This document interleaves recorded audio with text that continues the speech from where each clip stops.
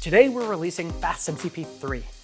We introduced FastMCP 1 with a simple goal: to give developers a great experience with a brand new protocol. And it worked, which is why Anthropic made it part of the official MCP SDK. With FastMCP 2, we focused on building the components necessary to promote a real server ecosystem. And that also worked, which is why FastMCP is now downloaded more than 1 million times every single day. 70% of MCP servers are written in some version of FastMCP because it automatically gives you the best practices of working with the model context protocol. It's clear to us that MCP has become the foundational technology for delivering business logic and data to the agents in your organization. But simply exposing a list of tools isn't enough anymore.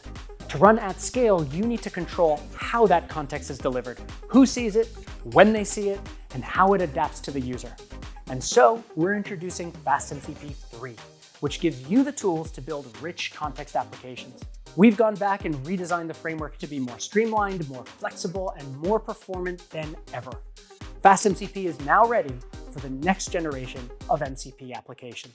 You can build dynamic servers that adapt to who's using them, showing admin tools to admin and customer tools to customers, all from the same endpoint. And you can also build composite applications that combine tools from your data team, your platform team, and your product team into a single interface, namespaced, versioned, and authorized, all without collisions. We know that as agent capabilities grow, context windows get crowded. And that's why our next wave of features is focused on context optimization, including search, curation, progressive disclosure, and agent skills.